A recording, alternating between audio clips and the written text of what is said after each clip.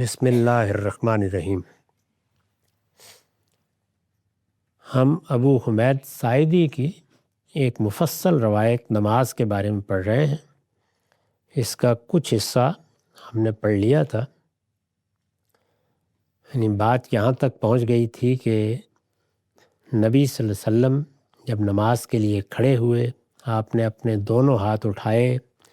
یہاں تک کہ وہ آپ کے کندھوں کے برابر آ گئے، پھر آپ نے تکبیر کہی، پھر آپ قرات کرتے تھے۔ تو فرمایا ثم یکبرو،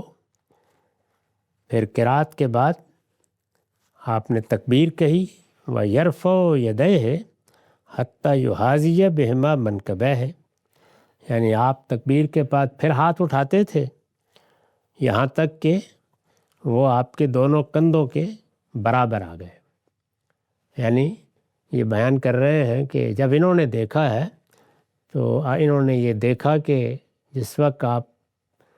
قرات کر لیتے تھے اور رکوع میں جانے لگتے تھے تو تکبیر کے ساتھ اس وقت بھی ہاتھ اٹھاتے تھے، رفع یدین کرتے تھے۔ ثم یرکعو، پھر رکوع کرتے، وَیَضَعُ رَاحَتَیْہِ عَلیٰ رُکْبَتَیْہِ،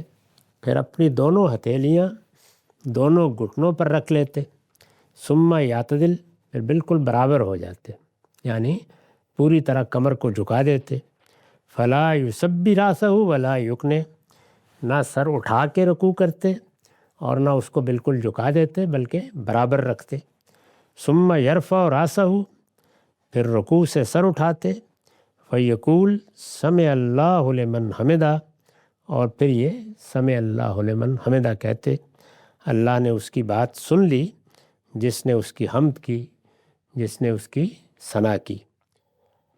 ثم یرفع یدیہ،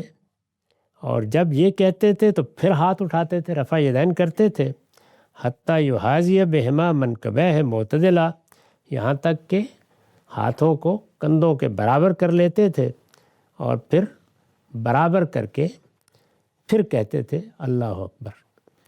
یعنی جس طریقے سے ہم رکوع میں جاتے اٹھتے ہوئے کہتے ہیں۔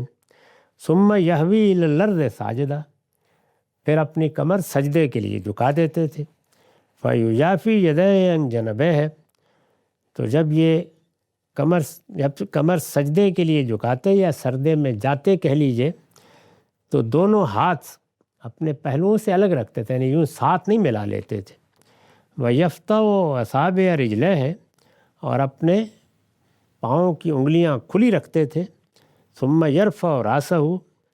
پھر سر اٹھاتے تھے، یعنی سجدہ کر کے سر اٹھاتے تھے، وَيَسْنِي رِجْلَهُ الْيُسْرَى فَيَقْعُدُ عَلَيْهَا، اپنے پاؤں کو آپ موڑ لیتے تھے، جیسے ہم آپ موڑتے ہیں بایاں پاؤں موڑ کے اس کے اوپر بیٹھ جاتے تھے، ثم یعتدل،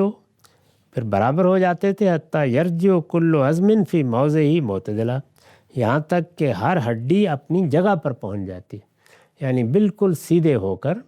اپنے بائیں پاؤں کو موڑ کے اس پر بیٹھ جاتے تھے، ثم یسجد، پھر دوسرا سجدہ کرتے تھے، ثم یقول اللہ اکبر، پھر کہتے تھے اللہ اکبر، ویرفع ویثنی رجلہ الیسریٰ، اور پھر اسی طریقے سے آپ سر اٹھاتے تھے اور پھر اپنا بایاں پاؤں موڑتے تھے، فیقعد علیہا، پھر اس پر بیٹھ جاتے تھے، ثم یعتدل، پھر بالکل برابر ہو جاتے، حتی یرجع کل عظم الی موضعہ، یہاں تک کہ ہر ہڈی اپنی صحیح جگہ پر قائم ہو جاتی، ثم ینہض، پھر اٹھتے تھے، یعنی یہ کہتے ہیں کہ جب دو سجدوں سے اٹھتے تھے تو سیدھا اٹھ کے کھڑے نہیں ہو جاتے تھے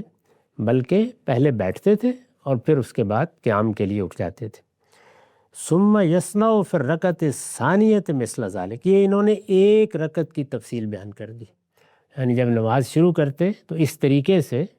نماز کی ایک رکعت مکمل ہو جاتی، یہ کہتے ہیں کہ دوسری بھی بالکل اسی طریقے سے پڑھتے، یعنی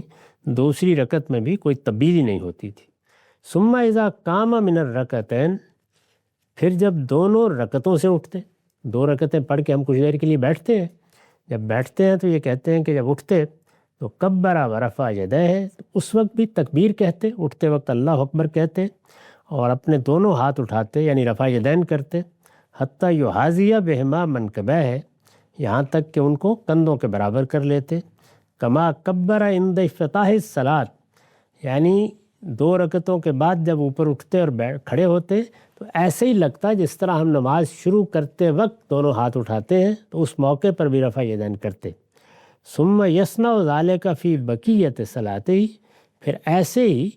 یعنی اسی اہتمام کے ساتھ باقی نماز ادا کرتے۔ حتی اذا کانت السجدۃ التی فیہ التسلیم، یہاں تک کہ جب وہ سجدہ ہوتا جس کے بعد پھر بیٹھ کے سلام پھیر دیا جاتا ہے، یعنی نماز ختم ہو جاتی ہے، تو اخر رجلہ الیسریٰ، تو پھر آپ کیا کرتے؟ اپنے بائیں پاؤں کو پیچھے کرتے، وقعد متورکن علی شقہ الایسر، اور پھر آپ اس طرح بیٹھتے کہ وہ بایاں پاؤں پیچھے نکل جاتا اور آپ اپنے سرین زمین پر رکھ دیتے۔ اس میں دوسری طریقہ بھی موجود ہے، یعنی یہ کہ آپ اسی کے اوپر بیٹھ جائیں اور یہ کہ اس کو نکال لیں۔ آدمی کے حالات، اس کی صحت، جسم جس طرح کا ہو، اس میں کوئی معنی نہیں ہے۔ ثم سلم، پھر آپ سلام پھیر دیتے۔ قالوا صدقت، تو یہ بات انہوں نے جس طرح کے بیان ہوا 10 صحابہ میں بیٹھ کے بیان کی ہے، تو صحابہ نے جب یہ سنا تو انہوں نے کہا کہ تم نے ٹھیک بیان کی ہے، یعنی ایسے ہی کرتے تھے۔ ہاکذا کان یصلی، اسی طرح رسالت مآب نماز پڑھا کرتے تھے۔ یہ ابو داؤد کا بیان ہے، دارمی، ترمذی، ابن ماجہ میں بھی کم و بیش اسی مفہوم میں یہ بات بیان ہوئی ہے، ترمذی میں بھی۔ یہاں اس کا رقم 801 ہے،